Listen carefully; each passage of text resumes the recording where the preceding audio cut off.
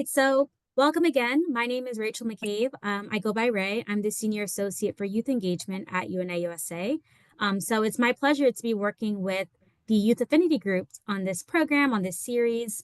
And thank you all again for taking the time to join us for our very first conversation circle over what's going to be a really exciting couple of weeks as we explore all the different SDGs. So I will be in the chat if anyone has any questions about UNA USA as an organization or any questions about youth engagement. But without further ado, I'm happy to hand it off to Rakib Anam, who's one of the co-chairs of the Youth Affinity Group. He's going to introduce our speakers, talk a bit more about the project, and then guide us through today's conversation. So Rakib, over to you. Yeah, good evening to everyone. Thank you so much for kind of taking your time today on this fine evening, on a fine Wednesday evening, and joining our AI for SDG series. This is our kickoff call, and I'm very, very excited to host all of you and introduce our speakers for the day. We will be covering the SDG 1. Subsequently, in the following weeks, we'll be covering a one particular SDG. In the next few weeks, in the next 17 or so weeks, we'll be covering all the different SDGs and its synergies and the intersection of the SDGs and AI to explore how AI can have a positive, what positive potential AI brings to the table for the different sustainable development goals as outlined by the United Nations.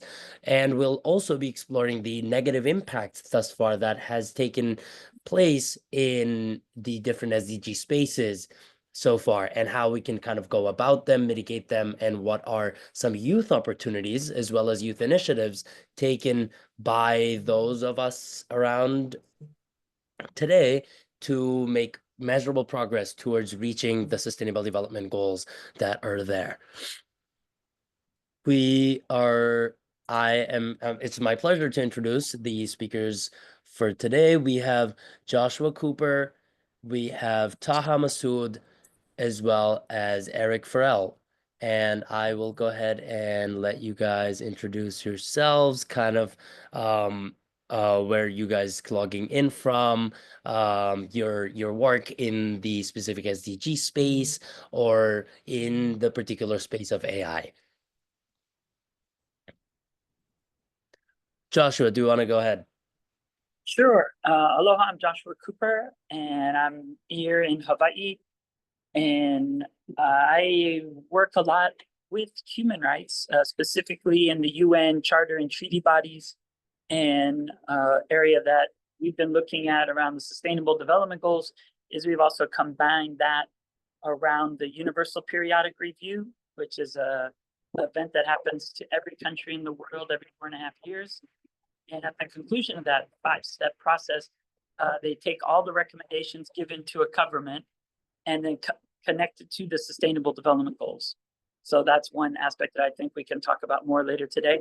I also work a lot with Indigenous peoples around the world, helping them with the voluntary national reviews around the UN 2030 agenda. So we focus on the 17 global goals and assist them to participate in the regional Asia Pacific Forum on Sustainable Development, but also the UN High Level Political Forum.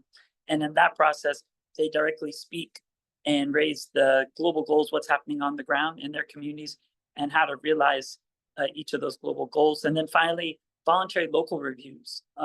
Hawaii is doing its 3rd voluntary local review this year, and we've been partnering with our youth in that process. And the US has never done a voluntary national review. Unfortunately, we're a handful of 5. So we did a voluntary local review where we coordinate and document how we're doing those 17 global goals here in Hawaii and our islands. So we're coordinating voluntary local reviews for this upcoming 2025 summer at the High Level Political Forum. And I'll stop there and look forward to meeting fellow panelists. Absolutely. It looks gorgeous behind you in the background. I thought it was one of those cover arts for a sec. But yeah, thank you so much. Lovely. Thank you so much for the introduction. We would love to get more in depth into the high-level political forum that happens. And as someone who I was actually not a delegate, a lot of my friends were, and I would absolutely love to dive deeper into it and your work surrounding in it, and as well as in the localized communities that you were based out of in Hawaii. And at the end of the day, at United Nations Association, we believe in local action leading to global impact, and that is very much something that is reflected through your work. And thank you so much for the introduction. I'll move to Taha Masud, a good friend of mine. I will let you introduce yourself. Thank you so much, Rakib. Hope everyone's doing well. So I am Masud Taha. I'm the CEO of Skill Finesse. So what we do at Skill Finesse is we empower youths on their journey of continuous learning and growth. So it's a skill development platform in Bangladesh, and I've been working with UNDP for a few years, and I've been also collaborating with A2I ICT division and UN in Bangladesh. So we are trying to do in Bangladesh is empower the youth on their journey of learning. So the youths can come here and they can learn different kind of skills which will impact them in their real life, and they can use those skills in the digital sector to earn foreign currency from foreign outside of Bangladesh. So this is basically what we do. I'll let Rakib continue for more. Thank you. Yeah, absolutely. Thank you for the brief introduction, Taha. Taha is based out of Bangladesh, for those of us who didn't know, Dhaka, Bangladesh, and is working on Skill Finesse, the skill development platform, like he mentioned, focusing on trade school skills specifically to alleviate much of the Bangladeshi population, especially the youth, from extreme poverty, and learn skills that directly translate to monetary advantages that comes with certain skills, for example, graphic design and freelance work. So yeah, incredible initiative, and it is a youth-led initiative, like you mentioned. We'd love to dive deeper into it and how it ties directly with our SDG topic of the day, of the week, actually, SDG 1 and human rights, as well as zero poverty, and the idea of emerging technologies, leveraging emerging technologies, including AI, and find potentials on how AI can kind of further our progress towards these goals. And segueing into the technical side of things with AI, Eric Farrell, first time meeting you, I would love for you to introduce yourself. I've heard a lot from our advisor, Jen McCauley. She's also in the call. Thank you for attending, Jen. Eric, all you. Okay. Hello, everyone. I'm actually a student at Penn State right now. I worked on a project with Plant Village, which is an initiative to help smallholder farms across the world adapt to climate change. A lot of smallholder farms, especially in Africa, live below the extreme poverty line. So we're really focused on using AI to help them where like a lot of technology can't get to these places. Specifically, last year we worked on predicting NPP for these farms. NPP is a pretty good metric for predicting crop yield pretty far into the future. And we wanted to be able to help these farmers adapt to seasonal changes caused by climate change, as well as any other unforeseen events. One big problem with this project was that it's very hard to get data in places where you don't have the infrastructure for it. For example, if you want data on specific farms, the farmers themselves have to give it to you. And a lot of the times they don't have phones. They don't even have data to report it. If they have phones, they don't have data to actually send it to you. So it's very hard to get large amounts of meaningful data. So we worked a lot on getting data mainly through satellite feeds, and using that to train effective models to predict crop yield. Very, very cool. Very cool. I would love for a lot of sort of I know you come from very much of a technical background. If I'm not wrong, you are studying data science at Penn State currently. Yep. Sounds good. Yeah, yeah. We would love for your input in the technical side of things here once we kind of get into discussing how our initiatives here can be enhanced using AI, and how we can make further progress towards reaching this pretty much unrealistic zero poverty goal. As sad as it is to see that it is unrealistic, near zero is gives us hope and only lets us move forward. So I'll go back to Joshua, and I would love to know more about your work in the high-level political forum with the United Nations, as well as your work on the ground in Hawaii. Sure. So starting with the UN High-Level Political Forum, what we were focusing on mainly was it's another opportunity to organize around. The global goals are great. They're like a Rubik's Cube of Hello Kitty and happiness and the Smurfs and all that. But then what can we do to make sure that those global goals become a reality on the ground? And so we've adopted a human rights-based approach, because really the global goals are sort of a reiteration of the Universal Declaration of Human Rights, specifically economic, social, and cultural rights. And that's why it's an honor to be with you here today on eliminating poverty. If we eliminate poverty, that frees up so many other aspects. It breaks the chains. And so it's an honor to, when Ray asked me to come, I definitely said I'd make the time, because if you look at that important issue, and we're doing the high-level political forum, we are making sure that in that review of a country, when they agree that they'll be reviewed, we participate from January to July. It's a 6-month campaign, but then the most important part, it engages in people to say, oh my gosh, I can actually have a result in 6 months. So most of the work that we do, it takes a little bit longer, even for things just to grow. And so what we are able to do is say, meet with the people, talk to them in January, explain what the global goals are, connect them to their regional body. Usually I've been working a lot with Asia Pacific, helping Tuvalu, Kiribati, Pacific Island countries, Marshall Islands, to assist them on these important issues. And then we go to Bangkok to the regional meeting. That's usually in February, March. But that's where you connect with the governments and be able to then begin to coordinate in the community. And we do something really simple. We do, number one, what's the best example of this global goal? How is it being realized or achieved? Number two, what do we not do well and how do we improve? What's the first and second simple step to get us on the right track? So just that alone allows then youth, indigenous peoples, community members to show up to the UN, give their recommendation to another government. That government then asks their country during their review, but also they're allowed to make a speech as well. So we help them to draft the speeches, even some of the governments to write theirs. And then that's the step. But that's just the beginning. It's then what do you do with those recommendations when you go back home? And the good news is definitely what Taha was saying, as well as Eric, then you actually are applying it. You're realizing those recommendations. And so you take those recommendations that the community really know they want, that maybe the government hasn't heard, and then apply it to this process around the high-level political forum. The other angle, which I think is quite valuable and be exciting to partner with the youth on, is the Universal Periodic Review. And that's a review of anything in the UN Charter, anything in the Universal Declaration of Human Rights, anything countries ratified, anything a UN agency has said. And that is going to happen on November 10th for the United States. And it allows us as regular everyday UNA members, as affinity groups, I used to coordinate the human rights one and worked with Ray on that.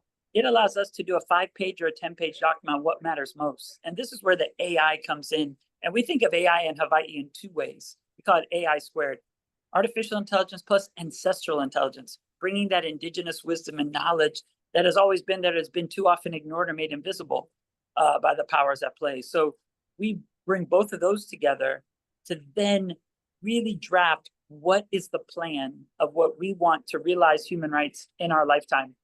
And I know you were saying, oh, we're not sure if it'll happen. I know we have a 5-year countdown clock, and we got someone in the White House that's going to definitely waste away those 4 years. But it's important to see what we can do at home. And that's why the voluntary local review is so important with the HLPF, but also the Universal Periodic Review.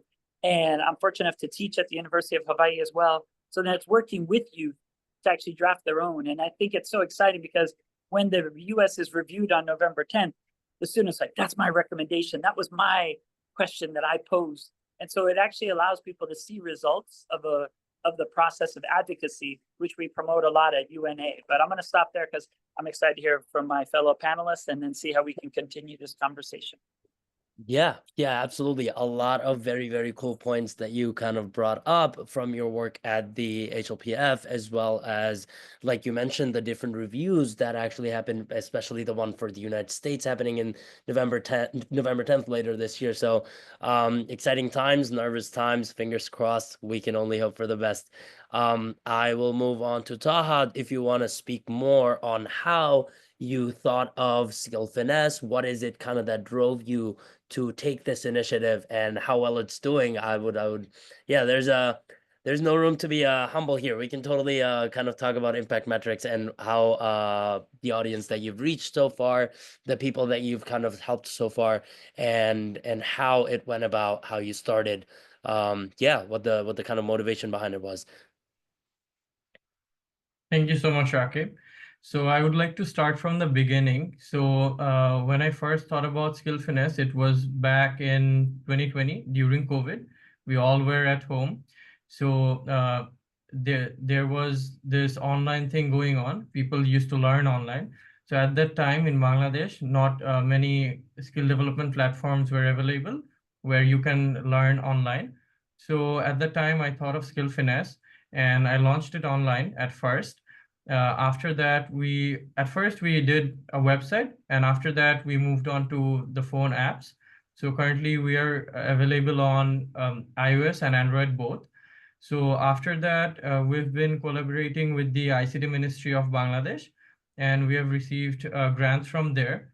So we've received grants from Innovation Fund, IDEA, Innovation Design and Entrepreneurship Academy as well.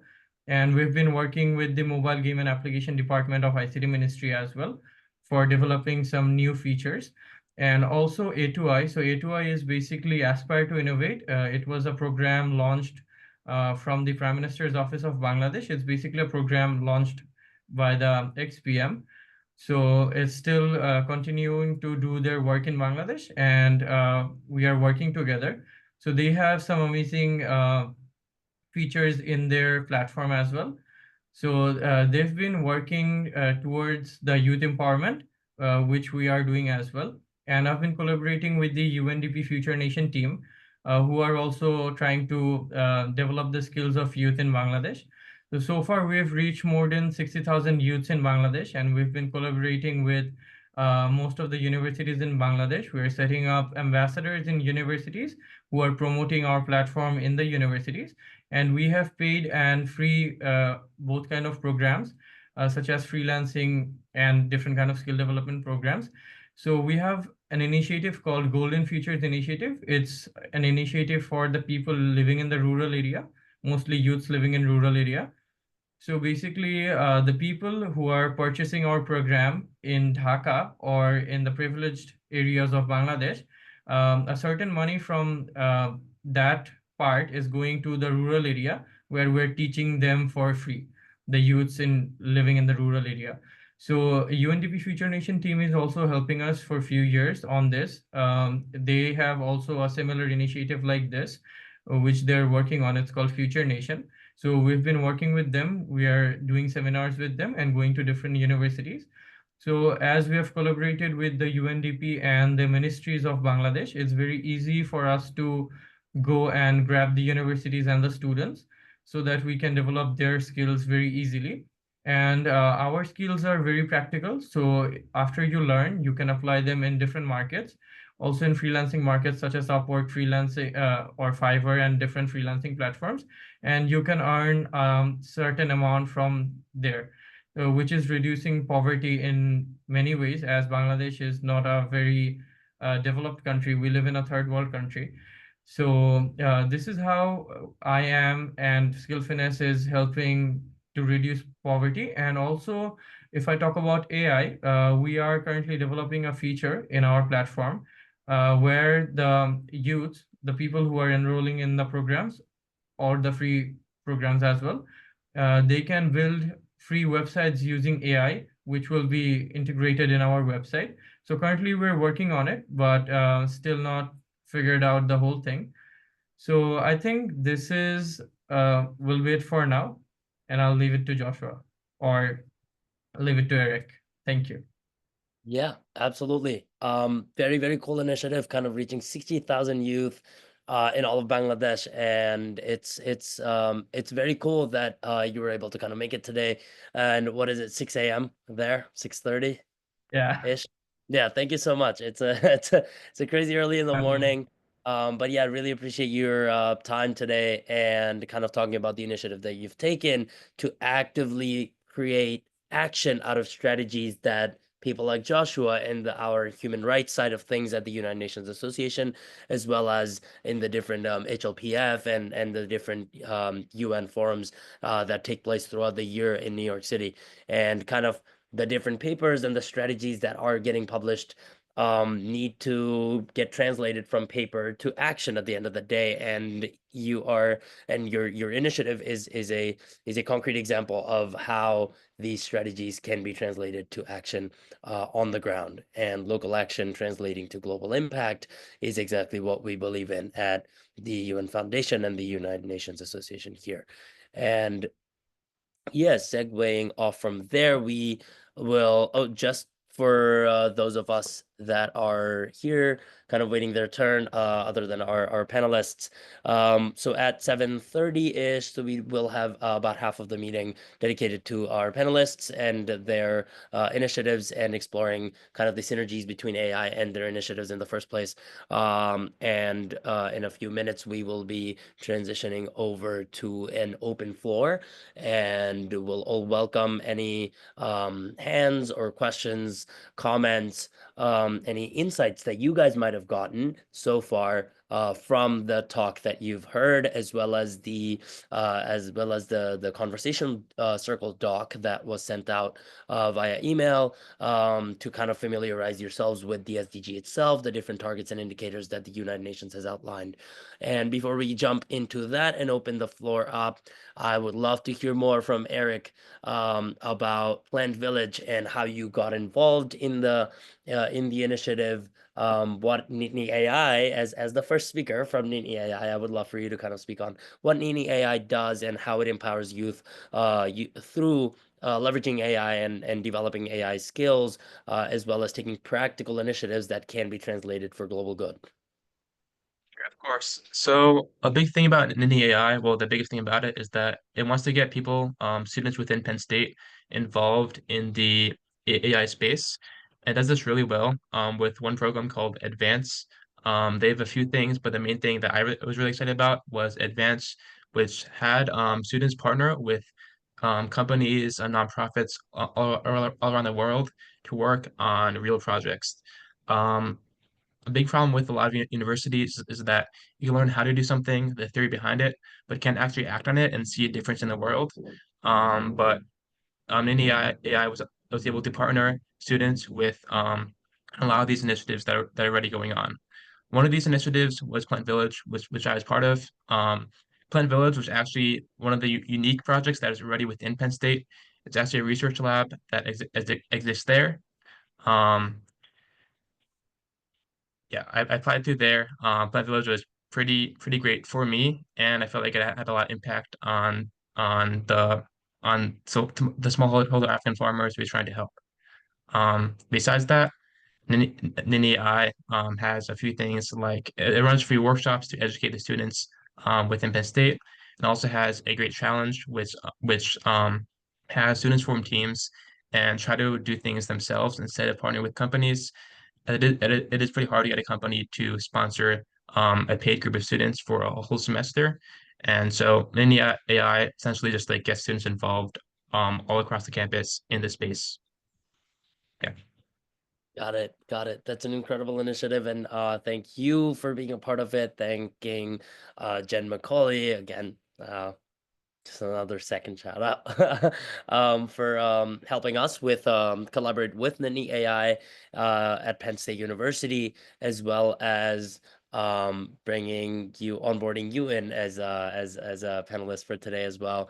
Eric, I wanted to know from you a little more on the technical side. I know you were very much adept on the AI side of things here. Now that you've heard the different sort of initiatives that Joshua is taking on the strategy and the higher level side of things, developing the different papers and pushing for representation at the United Nations, including indigenous individuals who don't necessarily get their voice voiced at the highest stage in global governance.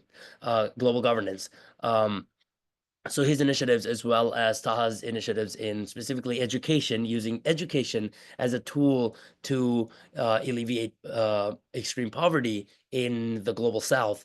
How do you see, as someone coming from the data science and the artificial intelligence sort of background, how do you see initiatives like these take advantage of AI? Because you worked in something very similar with Plant Village, where farmers in the global south were able to leverage the power of AI to kind of increase their efficiencies and their farming practices and the project that we worked on. So yeah, I would love kind of a little bit of your insight on how AI can play a big role in the education space, specifically kind of how Taha's initiative works, as well as in the space of global collaboration or representation, how AI can play a key role in alleviating poverty in spaces like these. Of course. To start off with the education space, we've already seen AI make a big impact in that. The ChatGPT, Khan Academy has started incorporating it as well. But the main thing about AI is that you can get it to understand certain groups of individuals in a way that like broader efforts cannot. You can like use AI, you can have AI get context of groups, understand where they're coming from. For example, um, if you're an African farmer, you know that you don't really have a lot of you can't really take a lot of data samples of your farm. Same with if you're like trying to learn something that's really key. If you're in the rural parts of Bangladesh and you're trying to learn something that is maybe a bit slated for urban people, maybe you're trying to learn something something that's really tech heavy and you have absolutely no exposure to it where you're from. AI can understand that and um, really bridge that gap.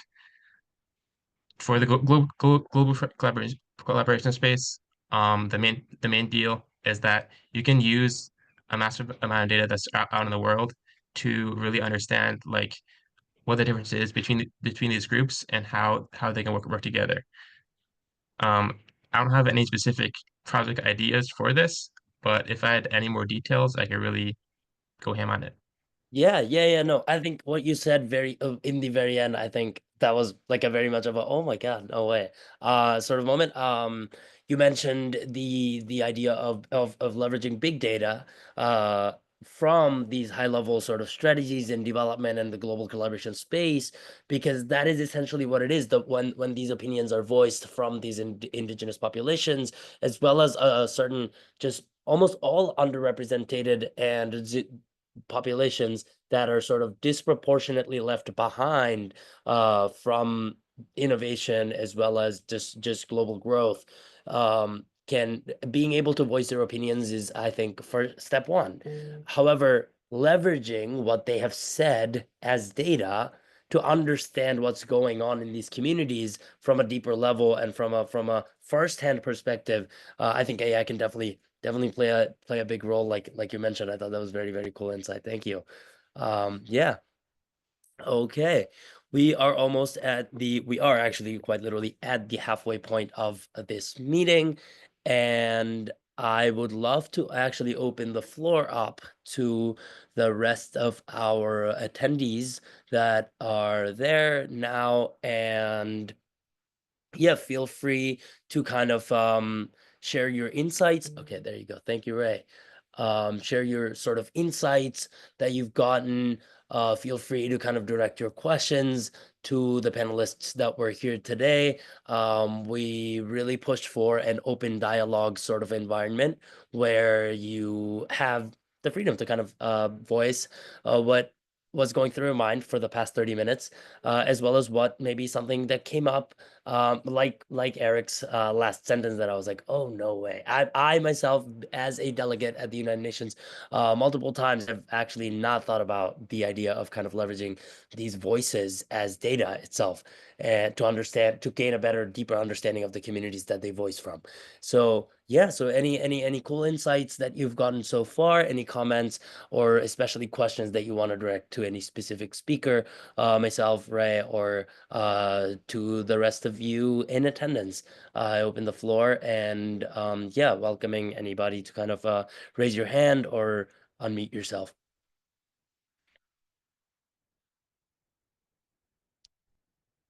Brooke, I think your name still says Rachel McCabe, if you want to rename yourself. But the floor is yours.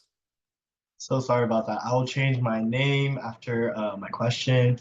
But yeah, I just wanted to say wonderful like conversations that just been listening to, and I just wanted to point out to well, I actually wanted to just ask Joshua Cooper about his idea, not idea, sorry, his like architecture, I guess, maybe, of ancestral intelligence. You mentioned artificial intelligence, but also ancestral intelligence. I'm kind of interested, really, like what that would consist of. Is it more, my idea of it would maybe be of like historical information on these indigenous, tribes that you're advocating or trying to help with advocation and policy? Yeah. So basically, is it like historical information on these people, or is it more like active engagement with these people and those conversations recorded and memorized and trained on? I don't know. I'm just trying to wrap my head around that. It's really interesting. Rakib, do you want to wait for a bunch of questions, or how do you prefer? Yeah, no. So the goal was kind of to have an open floor of open dialogue, sort of. Yeah. So feel free to unmute yourself and engage. Josh, all right. you. So thank you so much. It's a great question. It's actually ancestral intelligence it's actually the knowledge that maybe even Eric is talking about, right? Farmers who have done this for centuries, that's passed down and shared, but it's not written. It's something that it's based on in Hawaii, it's called kilo, observation, because you're observing the land, you're taking care of the land. In Hawaii, we call it malama aina, taking care of the earth. And so it's knowledge that's passed down from generation to generation of an intimate understanding relationship with that sacred space. So it's something that's usually just overlooked, and if it's not written down and in a publication such as a professor, then it doesn't matter. But the truth is that ancestral intelligence is so rich and understands a place so much because the people have been connected to that land in a stewardship role for centuries. So what we're doing though is then combining that with artificial intelligence to then usually they reinforce one another, but often indigenous has been ignored. So bringing that into the space. So one exciting thing is, let's say the UPR. For the UPR of the United States, that is due April 7th. It's a 5-page document. The exciting thing is UNA youth could write their own document, but you could use AI to then do the research and bring it up and see what is possible. We can also, in a way, use the websites and the databases of what recommendations have been done, but look at what specifically would be most transformative, right? We don't want to just perpetuate the problem. You're all solutionaries. You're coming here with an idea to then make an initiative that then influences an institution. So what we're trying to think of is then thinking and knowing a space so well that then you can provide that then is in a way a solution that we could then scale in other places around. So I enjoyed hearing about the examples in Bangladesh. I've been there working with indigenous peoples, and then Eric talking about how he sees it. It's what we can do then that brings it alive, right? It's not just something you use to not write a paper and get an okay grade and see if your professor is good enough to catch you. It is actually using it to then make a difference and have a positive, meaningful impact. And I'll stop there. Thank you. Yeah, I think that's very, very cool. And yeah, not to go back to Eric's sort of point again, that was very insightful. I just kind of is in my mind with the idea of what do we do with the voices that are expressed? Because in the global stage, at the UN headquarters, at the Security Council, at some of the largest forums in the world where these laws and these big papers are being signed, a lot of the time, unfortunately, the papers remain a paper in a drawer, and turning these papers and these strategies into action is is is rare. It's a sad reality where it is often rare to kind of even see these papers get translated to real world action. And the end of the day, these grassroots people that aren't being benefited from these super high level strategies that are being drawn out by people who are not these grassroots people. So the laws or strategies are being drawn out for one demographic by another demographic without listening to the demographic that they're creating it for. So I think it is very, very important to kind of draw these insights from those facing the worst of the poverty crisis. And I see Jamie. Yeah, Jamie, what is it? Floor is yours. Yeah. Hi. So my question is actually for all three speakers. And first of all, thank you for taking the time to talk to us tonight, or this morning for Taha. But so my main question is, as we try to use AI and technology to uh, reach the goal of 0% poverty, what do you think are going to be the major roadblocks that we, the youth, or people in general, will find along the way? I think I can speak on this. I think the most significant roadblock for getting to zero poverty, at least with AI, is that there is a very big technology gap between us and people who are at the poverty line. Like if you want to get data about these people, have them use AI, have them benefit from AI, they need infrastructure there, and in many places it's just not. And that's a really big problem that has to be solved first before you can make you can make meaningful impact without it, but it's a big help if you have the infrastructure in place.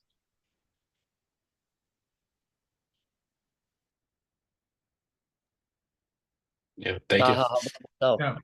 Yeah, I would like to add with Eric.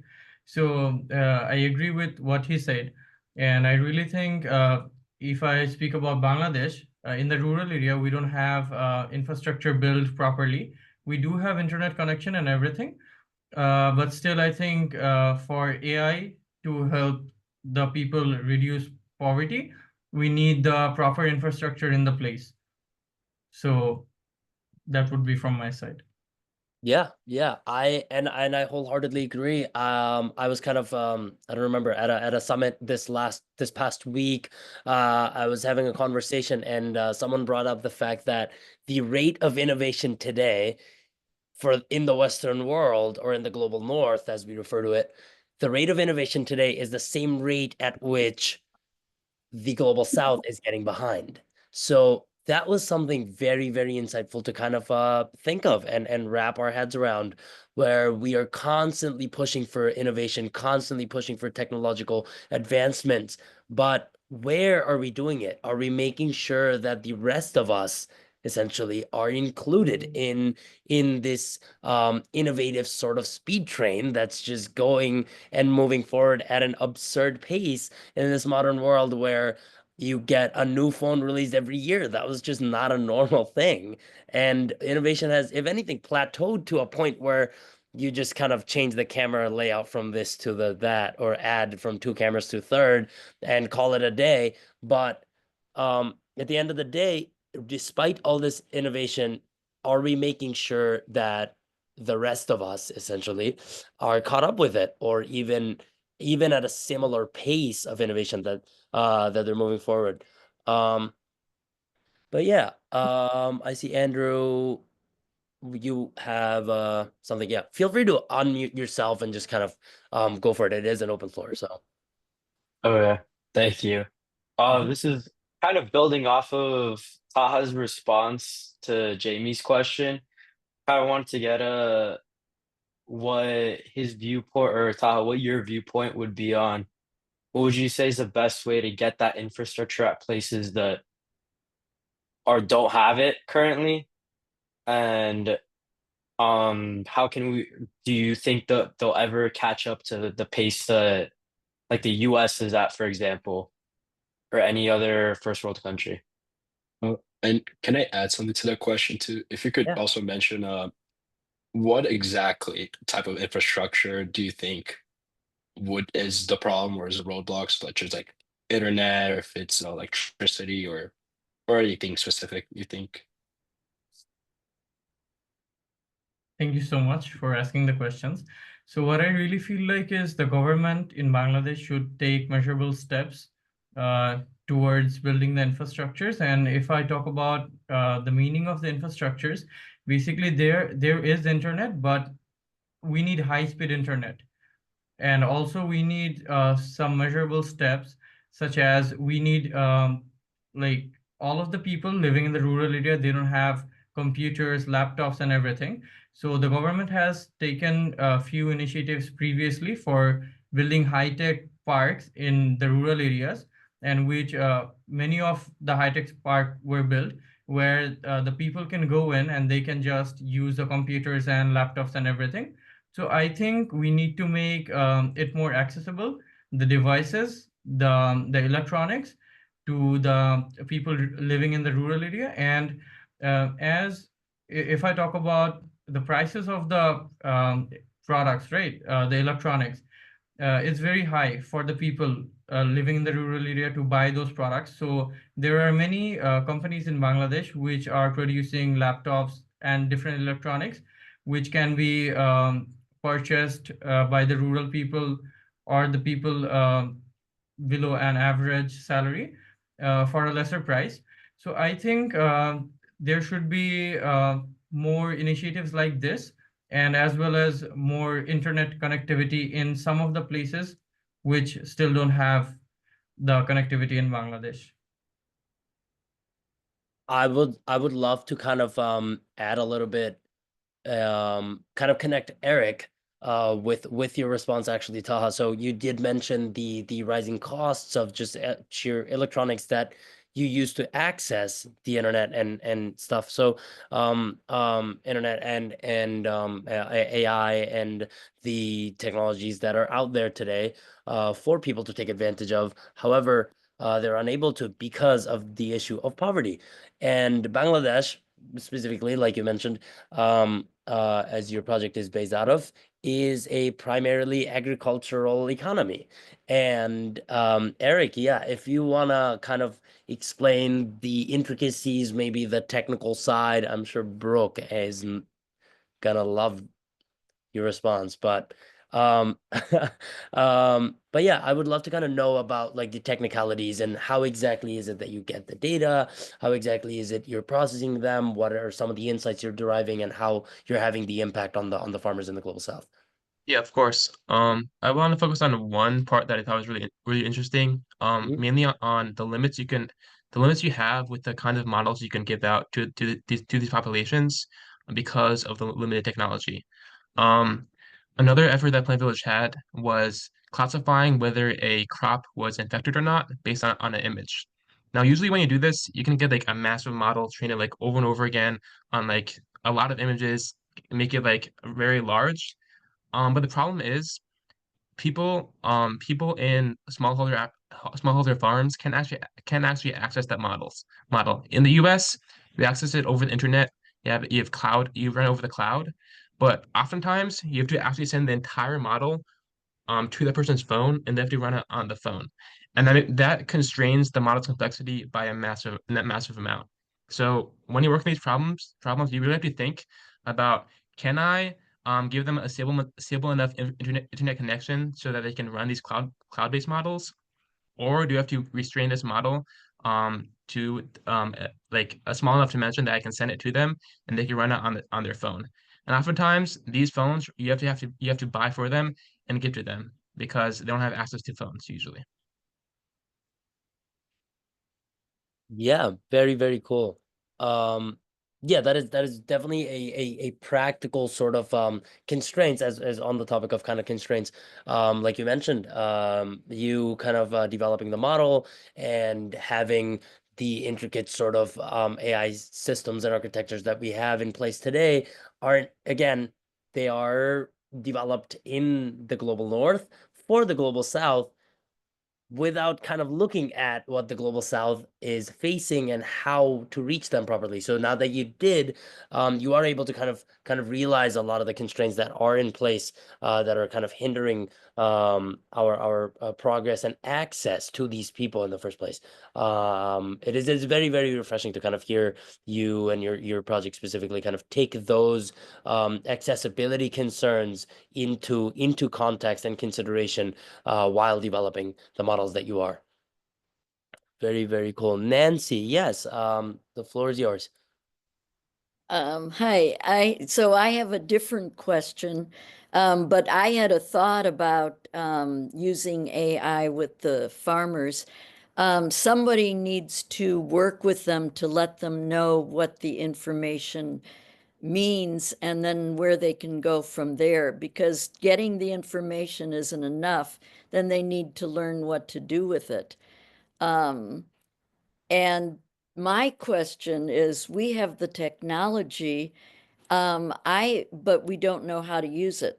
I wanted to have our city and our county use the Sustainable Development Goals as our mission goals. And I was working on it just before COVID and during COVID, and then it just fell apart because I was told to go to each member of the city council and each supervisor and talk to them and explain. Now it's write something and give it to them. And I wanted information about what other counties and cities are doing this, because I know there are quite a few, but I didn't know how to get the information. And then also, I wanted to be able to tell our city, we can keep track of everything with AI, everything that we've done and are doing. But I didn't have the skills, so I wasn't sure, where do we go? You know, we need more young people, more university students to work with us. Yeah, absolutely. Nancy, would you mind, when you say our city, what city is it? It's Santa Barbara, California. Very, very cool. Yeah. I think youth involvement is kind of why we are hosting the SDG series that we are, and this sort of amazing initiative to bring the youth into an open floor discussion on AI and its synergies between the different sustainable development goals. And one thing that I think was very, very cool, like you said, was using AI to kind of store, and it's not just store, but properly be able to navigate through the different data sets that you have in the public sector, specifically in the governmental side of things. The different data drawers, I'm sure you would know, are full of files from no one knows when, and no one is going through these papers to look through these hard copies of data and extract any of it that gets done. So yeah, AI for better navigation of data and storage of it is also very, very important in the governmental side of things. Can I do one answer to the Nancy's point? Yeah. As Jeff had a great question in the chat. He was talking about public-private partnership. And then one of the other hats I wear is I'm the Chief Sustainability Officer, heading up the Office of Innovation and Sustainability for the Mayor of Maui. And so I think that's the important point. What Nancy's saying, what Jeff is saying is they're both crucial, that we now speak the same language. We can talk about Global Goal 1 and alleviating poverty, and then that connects people from the counties to actually talk to each other who might be in all different departments, not sure how they relate to one another. And what she's talking about there in Santa Barbara is great, because if every county is using the global goals, it then allows us to then talk with the farmers in Ghana who are growing the cocoa, the chocolate that we eat. It's talking then with our colleagues in Bangladesh. We're all speaking the same language and being able to then see the solutions of what's been done. And I think that's what's been valuable about the first decade so far, is that everyone at least can talk with each other. And then I also appreciate your point earlier, And the most recent one you were saying, like, it's a document that sits there and it never gets to implementation. And I think that's what the UPR is about. That's what the VLR is about. It's about taking the philosophy, putting into practice and seeing what can be done. And then, as you said, there's so many documents, there's so many studies that are done, but then no one ever reads them. So it's like taking those studies and then going towards implementation and coordination. So I'll stop there. Thank you. Yeah, no worries. And AI definitely does play a huge role in the implementation of these documents that are left behind in these drawers, but these high-level review forums by the United Nations can kind of bring us back to these documents that have already been published instead of signing new documents every kind of year and circling back to, hey, what have we done in the past and how much progress have we made? Jen McCauley, I see you had your hand. Thanks, Rakib. I just wanted to say to Nancy and everyone, like, it's great to have that common language around the SDGs. And when it comes to like, how do you get the help to get started? That's really the lifeblood of what Nittany AI does. And I think that there's opportunity across the world for college students and youth to get involved in helping in that way. And the benefit, Eric touched on it earlier tonight, the benefit is that Eric learns a lot in the classroom, but he learns so much in just that short project-based learning where he got to apply what he learned, right? And he got to get messy and dirty and work with others. And so that translation of taking the schoolwork out of the books and out of the lecture hall and into doing and having that real impact, like there's partnerships available out there that need to be fostered in ways that make it so AI is more approachable for the youth to engage and grow it faster than we could ever hope. Thank you. Thank you. Yeah, absolutely. Definitely agreed. And thank you for sharing a little more about the Nittany AI initiative as well and how it kind of directly translates to what we're talking about at this panel here. Logan. Hi, this is kind of for all three of the speakers, but obviously there's a lot of controversy of the ethical use of AI in academia, so I was wondering if any of the three of you could touch on ensuring that AI is used ethically in addressing poverty and doesn't contribute to further inequality or exploitation. Yeah, I can speak on this. I think a really big problem with using AI to combat poverty, um, oftentimes you're working with very marginalized groups, and sometimes when you train models that deal with a large amount of data, is that bias can get lost in the massive amount of data you're working with.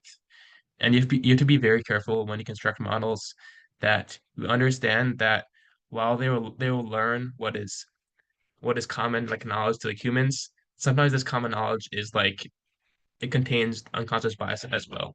So you just have to be very careful when you train these types of models and run a lot of data processing steps to make sure that you don't have unconscious bias um, actualized in these models. Thank you. I agree with Eric. I think, definitely as a professor too, right? I mean, people are using it not always for good. And that's why I think that ancestral intelligence is such a great thing to offset that. And it's also how much energy we actually use for these things and what we're doing with that. So I think that's what's exciting is these SDGs put it all in a holistic perspective and make sure that we understand it towards that goal, that you can't just look at AI for alleviating poverty and then not think of the climate action and the impact of all the other aspects of 13, 14, 15th, as well as the peace, justice, strong institutions and how these things are being processed and what's being done. So it's balancing the people and the planet and making sure that it's included as people pursue blind profit too much. I've got 4% battery, so I might not make it to the end, but I just wanted to say it's great to be with everyone and appreciate all the good questions. Joshua, no worries. And we are nearing the end of our session, and I'll pass on to the last few questions. And if your battery dies within, I will follow up with you right after the meeting.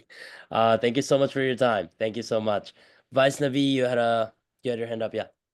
Yeah, so one question I had was a lot of the times that the AI technologies that we're developing are developed in the global north with a lot of the data sets that are being used are trained on, for example, healthcare data or education data, it's trained on English language, or, it may not necessarily reflect the populations of the Global South or our local communities. So, and oftentimes it's often difficult to get that kind of data available, whether it's in publicly available data sets. So how would you recommend we are able to get that data set information that is, unique and particular to these local communities? Eric, do you wanna? Oh, there you go. Okay, yeah, sure. One thing I'd recommend is that sometimes you just have to go out and get it. Um, like there's a lot of data out there, but a lot of the time it's not enough. I remember for my Plant Village project, we were told we had massive amounts of data for all of Africa, but when we go to one city, this city called Busia, the capital of Kenya, there may be 50 data points for all the farms across like 20 years of data, and we said that's not enough. So a lot of the times, for groups that are not really well represented in the global north, you have to go to those groups in the global south and ask them questions, find the data yourself. If you really can't do that, you have to do a lot of data analysis, a lot of data processing on existing data to make sure that you get all the bias out. Thank you. Yeah, absolutely. And kind of coming from the linguistics side of things, it is a very, very cool point that Vaishnavi you brought up, was the language barrier in data sets, and just the innovation sector as a whole that is innovating in English language. However, most of the global South being filled with non-English speakers, and one being myself coming from the global South, it's it's um it's an unfair sort of disadvantage that these people are being left behind just because of a language barrier. And I think AI actually can help us alleviate that language barrier and move past it, and kind of help with acquiring the proper necessary data sets and information that we want to, as well as just facilitate the information flow from the north to the south in a proper way, if once we alleviate the language barrier, which could definitely be helped using AI. So that was a very, very cool insight. Brooke and Abdul, go ahead. We do only have a few minutes. I just want to say before your questions, we can totally keep the panel open. Actually, very, very cool insights and questions. We can stay in here for a few more minutes past 8. We are almost nearing our time. Before Abdul and Brooke, I just want to say I've seen a very cool discussion here by Jeff and Daniel Thomas and Jeff Zhu. If you guys are interested, I actually really liked the discussion that you guys had. If you guys are interested, please feel free to kind of reach out, and I'd love to kind of work with you guys for the SDG series project in the first place. So very cool insights. I wish you guys could kind of voice it on camera. That would be very cool to add on to the panel. But yeah, very, very cool. And thank you so much for those who have been here for the hour. We are totally open to stay in for a few more minutes. And Abdul.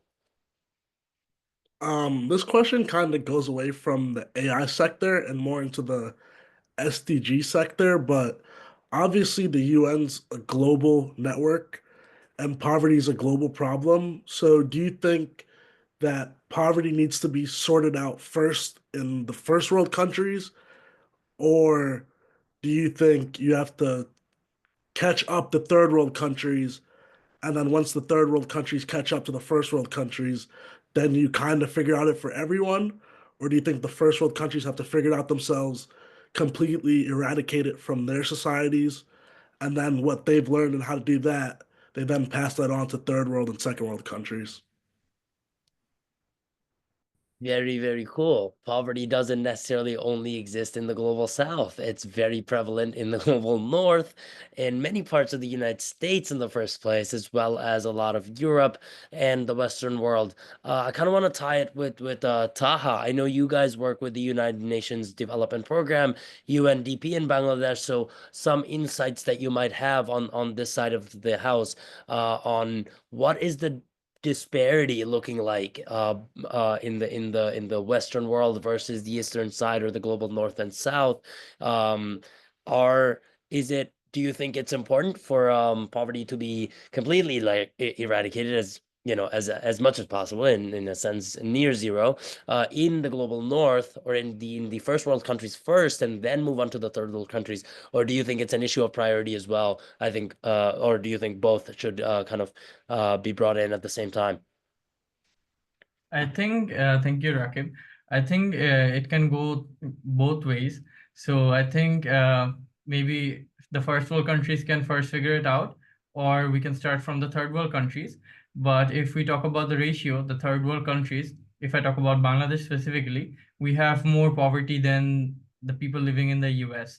So I think it can come from here, and then we can go to the first world countries, or the first world countries can figure out the whole stuff first, and then they can move it forward to the third world countries. Yeah, I think it's definitely a two-way sort of channel, and whichever way, it just it is a matter of prioritizing those that are left behind, and those that weren't necessarily at the forefront of the minds who curated this global innovation speed train. There's not one to blame. It's a collective problem that we face in the world today, and it is up to us at the end of the day to kind of move forward with initiatives like those at Nittany AI, such as those that Eric is working on, initiatives that Taha, you've taken in the global south as a citizen of the global south, to alleviate those around you, and uplift and empower them to match the innovation rate of innovation in the western side of the world. Anna, yeah, I will before Anna, you kind of get started, this will be the last question. Unfortunately, we are over time, and I don't want to keep anyone waiting for whatever you may have in this fine Wednesday evening past 8. Anna, go ahead. Yeah, so my question kind of directs to Eric, since we've covered a lot of topics, we've got a lot of powerful insights from this discussion, but I kind of wanted to go back. I got very curious listening to Eric talking about how farmers would have to upload data, and then Nancy followed on about we should learn more about how to navigate these tools and learn them and focus on learning the tools rather than overbuilding the approach. And as a cybersecurity master's student at UNC, I'm currently learning about federal learning and advancements with AI that would potentially be beneficial to users such as farmers that are uploading sensitive data on external servers, and that would raise concerns such as privacy and theft and a lot more other things in cybersecurity. And like Eric mentioned earlier, these do act as constraints in agricultural AI. And I just wanted to know if your perspective on these scaling AI-driven tools would be beneficial for farming, such as, the federal learning AI platform. It's more so just a platform that would allow users to navigate the app without having to upload their sensitive data. So is there any sensitive data that farmers are putting themselves in danger by uploading on an external platform? There actually is. One of the major concerns with having to get farmers to upload their data was that a lot of them didn't want to. Didn't want to share what crops they're growing. They want to share where their farms were. Like, there's actually a really big point of contention. And they had to do a lot of convincing to get the farmers to actually do this. So I think if you had an app which would guarantee and make the farmers actually believe that the data was kept completely secure, this would actually help drive the expansion of this kind of technology, because you have a lot of resistance just built up about people just wanting to keep their privacy. They want to live on the farm. They don't want to like tell everybody exactly what they're planting, what techniques they're using, because a lot of it is like it's old knowledge. You don't want to spread it around. So yeah, I think that'd be a great effort. Yeah. I hear there's like hesitancy around sharing their personal insight, and that also kind of also ties into Nancy's point again of we should talk to the users before actually overbuilding or innovating, realizing how fast innovation is actually going now. So yeah, that was a great insight. Thanks, Eric. Thanks, too. Very cool insight, Eric. I actually did not know farmers having privacy concerns with farming data that they have. Very, very interesting. But yeah, on that note, thank you so much to our panelists today. Joshua has left the chat. His battery did, but he's been an incredible speaker. I will follow up back with him.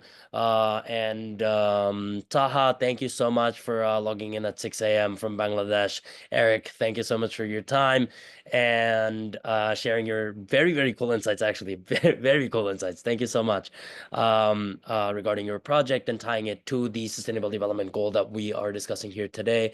For those of us who kind of didn't know, and it is our first conversation circle, we have one again next week, same time, Wednesday at 7 p.m. Eastern time.